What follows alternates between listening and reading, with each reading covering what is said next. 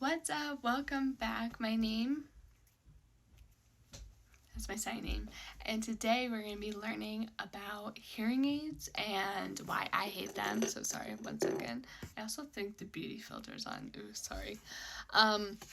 This is my hearing aid and I hate them. And I'm going to tell you why I hate them. First of all, they are not waterproof. And so you might be thinking, okay, then just don't swim with them. But like, they're not waterproof to the point where if I sweat, even like in the summer, if I sweat, then like they'll die or they'll short out.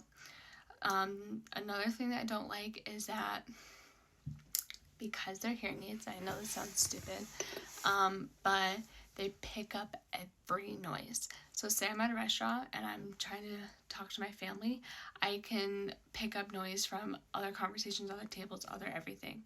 And yeah, that's some of the reasons why I don't like them. I don't like to